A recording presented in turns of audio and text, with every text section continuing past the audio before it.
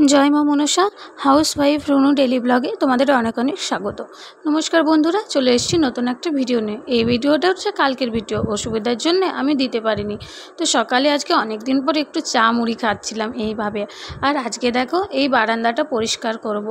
এই বারান্দাটা না, এই দেওয়ালগুলো চিমনিটা খুব অপরিষ্কার হয়ে যায়, নোংরা হয়ে যায়, তাই এটা পরিষ্কার করতে খুব সময় লেগে যায়। তাই তাড়াতাড়ি করে একটু বান্না করে নিয়েছি। আর এটা হচ্ছে আমাদের সিঁড়িঘর, আর এই সিঁড়িঘরটার হচ্ছে আমাদের দশকর্মার ঘর। এই ঘরটাও পরিষ্কার করে নেব। আর এই ঘরটা না ভেবেছিলাম পরিষ্কার করব, কিন্তু হয়নি সেই দিনে। আর পরিষ্কার ওটা করতেই সময় লেগে গেছে। আর ওই রুমগুলো তো আগেই পরিষ্কার করে নিয়েছি, ওটা তো তোমরা জানো। তারপর একটু এইরকম বাসি কাজগুলো সেরে পুচকির বাবাকে জলখাবার দিয়ে দিলাম। তারপর আমিও নিয়েছি কালকের যে মোগলাই পরোটাটা একটু বেঁচেছিল, ওটা নিয়েছি। আর একটু মুড়ি আলু সেদ্ধ নিয়েছি। আর মেয়েকে খেতে দিয়েছি। কীরকম করে খাচ্ছে দেখো টিভি দেখতে দেখতে।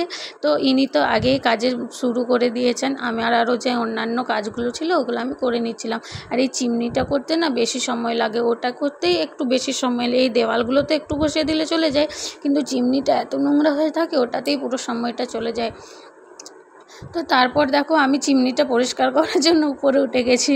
আর পুচকির বাবা বলছিল যার যার দরকার লাগবে চিমনি পরিষ্কার করতে এর সাথে কন্ট্যাক্ট করবেন, তো তার জন্য একটু হাসছিলাম।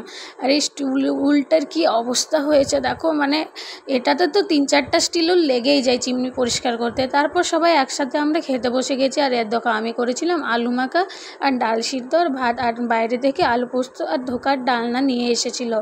তো মেয়ে আজকে বায়না ধরেছে যে ওর বাবার কাছে খাবে, তো তাই ওর বাবা ওকে খাইয়ে দিচ্ছে। আর ওর বাবা খাওয়ানো মানে টপ করে খাইয়ে দেয়। তো তারপর আমরা খেতে বসে গেছি। প্রথমে তো আলু মাখা আর ডাল সিদ্ধ দিয়ে খেয়ে নিলাম। তারপর ধোকার ডালনাটা দিয়ে খেলাম। ধোকার ডালনাটা কিন্তু খেতে বেশি ভালো হয়েছিল। আর আলু পোস্তটা খেতেও বেশি ভালো হয়েছিল, কিন্তু ওটা না খুব ঝাল হয়ে গেছিলো, প্রচণ্ড ঝাল। এতটা ঝাল আমি খেতে পারি না। তারপর সন্ধ্যাবেলা একটু চানাচুর মুড়ি বেশ তেল দিয়ে বেশি করে চানাচুর নিয়ে মেখে পরে খাচ্ছিলাম। এই চানাচুরের মধ্যে গাঁঠিয়াগুলো খেতে আমার বেশ ভালো লাগে। তো তারপর খেতে খেতেই দেখছি মেয়েও চলে এসেছে টিউশন থেকে, ওকেও একটু মুড়ি মাখিয়ে দিলাম।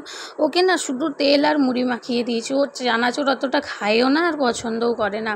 আর দেখছো যেই বলেছি ভিডিও করছি ওই রকম খেতে শুরু। প্রথমে তো খাবে না, ভিডিও করব বললে তখন ও পোস্ট দিতে শুরু করে দেয়। ও বুঝে গেছে এইটুকু বয়সে। তো এখন আমি ডিম বানাবো রাত্রে, ডিম আলুর ঝোল, তাই কুচি কুচি করে সব কিছু এগুলো কেটে নিচ্ছি। আদা, পেঁয়াজ, রসুন, টমেটো, লঙ্কা। টমেটোটা কুচি কুচি করিনি, ওটা মাঝখানে চিড়ে দিয়েছিলাম। এই দেখো ডিম আলুটা আমি হলুদ মাখিয়ে দিয়েছি। আমি না আগে হলুদ মাখিয়ে দিই ভাজার আগে। পুচকির বাবা রান্না করলে ও তেলের মধ্যে হলুদ আর নুন দিয়ে দেয়। আর এগুলো সব কুচি কুচি করে নিয়েছি, কারণ পেস্ট করবো না, এইরকম করেই রান্নাটা করবো। তো পুচকিকে খেতে দিয়ে দিয়েছি। ওকে একটু ভাজা আলু, ডিম সেদ্ধ আর ভাত দিয়ে খেতে দিয়েছি। আর দেখো কীরকম ভেগ করতে শুরু করে দিয়েছে। আর এই দেখো ডিম আলুটা বেশ ঝাল ঝাল হয়ে গেছে, লাল লাল ঝাল ঝাল। তো পুচকির বাবা কাজে গেছিলো, 12টা 15 বেজে গেছে খেতে। এখন খেতে বসেছি, অনেক রাত হয়ে গেছে। তো এই ভিডিওটা এই অবধি, দেখা হবে কালকে আবার নতুন একটা ভিডিওর সাথে।